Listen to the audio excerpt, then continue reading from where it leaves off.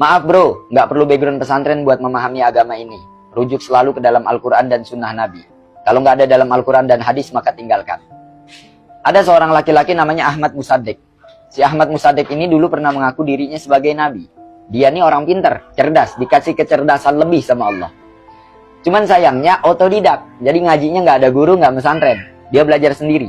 Sehingga dari pemahamannya yang salah, menyimpang. Akhirnya mengaku dirinya jadi nabi. Nauzubillah min dzalik. Nah, inilah pentingnya mata rantai sanad keilmuan. Karena nabi mengajarkan kepada sahabat, begitu nabi nggak ada tinggal sahabat, sahabat mengajarkan kepada tabiin, sahabat nggak ada tinggal tabiin, tabiin mengajarkan kepada atba'ut tabiin, tabiin nggak ada tinggal atba'ut tabiin mengajarkan kepada jam'ul mutaqaddimin. Nah, atba'ut tabiin nggak ada tinggal jam'ul mutaqaddimin mengajarkan kepada jam'ul mutaakhirin hingga ulama yang sekarang mengajarkan kita ilmu agama. Saya tahu semua harus kembali kepada Al-Quran dan hadis. Akan tetapi, Al-Quran dan hadis juga nggak sebegitu mudahnya, Bang. Berbicara tentang Al-Quran, nanti berbicara tentang ilmu tafsirnya, ada namanya asbabun nuzul. Berbicara tentang hadis, nanti ada tingkatan hadisnya, ini sahih kah, ini maudhu kah, ini dhaif kah, ini hasan kah. Nah, itu juga ada asbabul wurud, sebab kenapa hadis itu diucapkan oleh Nabi Shallallahu Alaihi Wasallam. Berbicara tentang ilmu fikih, tentu pasti kita akan membicarakan halal, haram, subhat, makruh, wajib, dan lain-lain. Berbicara tentang ilmu tauhid, itu berkaitan tentang keyakinan kita kepada Allah. Nah, ini harus melalui lembaga pendidikan. Adanya di mana? Di pondok pesantren, khususnya ilmu Islam ya. Adanya di pondok pesantren.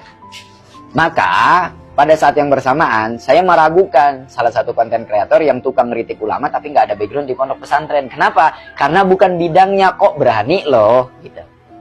Orang belajar filsuf, orang belajar sastra, tentu pasti harus kuliah dulu. Tapi kan ada kan orang yang nggak kuliah, tapi dia jadi dosen. Contohnya siapa? Rocky Gerung. Rocky Gerung pun punya guru. Gitu. Jadi nggak sembarangan dia otodidak, dia ngambil rujukan, dan lain-lain.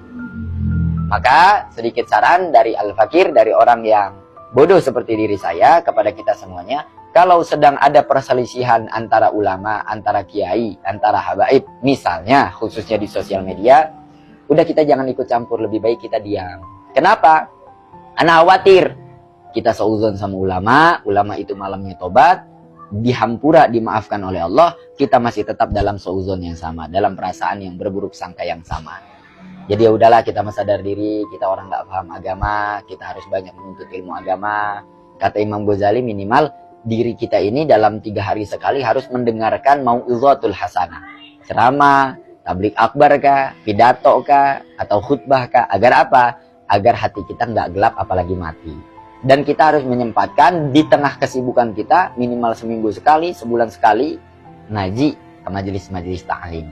Beda ya, majelis ta'lim itu majelis yang memang mengajarkan kita tentang ilmu agama 12 pan.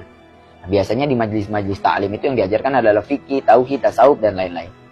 Sedangkan tabligh akbar itu hanya mengajarkan, mendoktrin diri kita agar menambah giroh, semangat ibadah kepada Allah. Karena isinya kebanyakan fadilah amal. Begitu. Wallahu a'lam bishawab.